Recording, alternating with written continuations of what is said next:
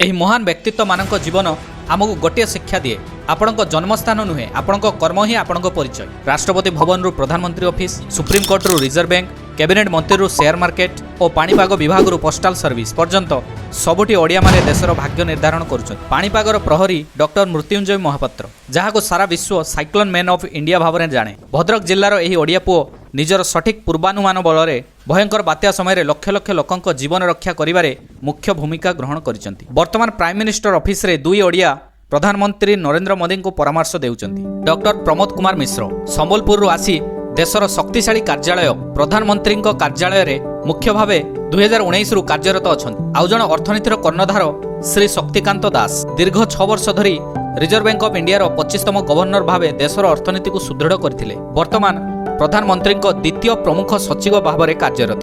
ଶ୍ରୀ ବିଦ୍ୟୁତ୍ Bihari Swain union public service commission UPSC, IAS, IFS, IPS ଭଳି ଭବିଷ୍ୟତର ପ୍ରଶାସକମାନଙ୍କୁ ଚୟନ କରେ, ସେଠାରେ ଜଣେ ଓଡ଼ିଆ ଅଧିକାରୀ ସଦସ୍ୟ ଭାବେ ରହିବା ଗର୍ବର ବିଷୟ।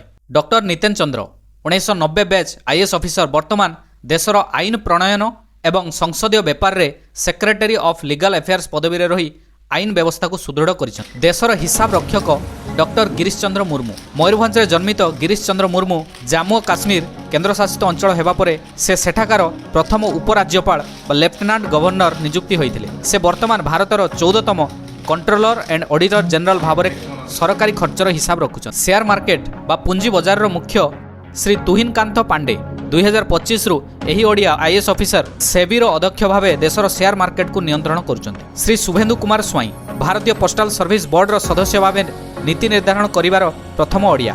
ଡକ୍ଟର ସମ୍ବିତ ପାତ୍ର ଜଣେ ଦକ୍ଷ କ୍ୱାଲିଫାଏଡ୍ ସର୍ଜନରୁ ଦେଶର ସବୁଠାରୁ ପ୍ରଭାବଶାଳୀ ବକ୍ତା, ବର୍ତ୍ତମାନ ପୁରୀରୁ ଲୋକସଭା ଏମ୍ପି ଏବଂ ଇଣ୍ଡିଆ ଟୁରିଜିମ୍ ଡେଭଲପମେଣ୍ଟ କର୍ପୋରେସନର ଚେୟାରମ୍ୟାନ୍ ଭାବେ କାର୍ଯ୍ୟରତ।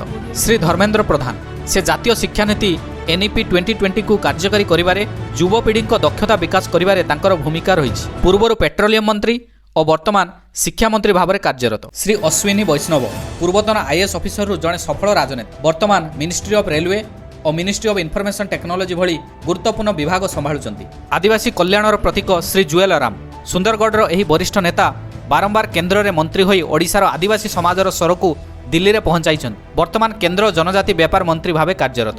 ଭାରତର 15ତମ ରାଷ୍ଟ୍ରପତି ମହାମହିମ ଶ୍ରୀମତୀ ଦ୍ରୌପଦୀ ମୁର୍ମୁ। ଏହା ଆମ ଗଣତନ୍ତ୍ରର ଶକ୍ତି ଯେ ଜଣେ ଗରିବ ଘରର ଝିଅ ଏକ ଦୁର୍ଗମ ଆଦିବାସୀ ଅଞ୍ଚଳରୁ ଆସି ସର୍ବୋଚ୍ଚ ସାମ୍ବିଧାନିକ ପଦବୀରେ ପହଞ୍ଚି ପାରିଛି। ଆପଣଙ୍କ ଇନ୍ସପିରେସନ୍ କିଏ ନିଶ୍ଚିତ କମେଣ୍ଟ କରି ଜଣାଇବେ।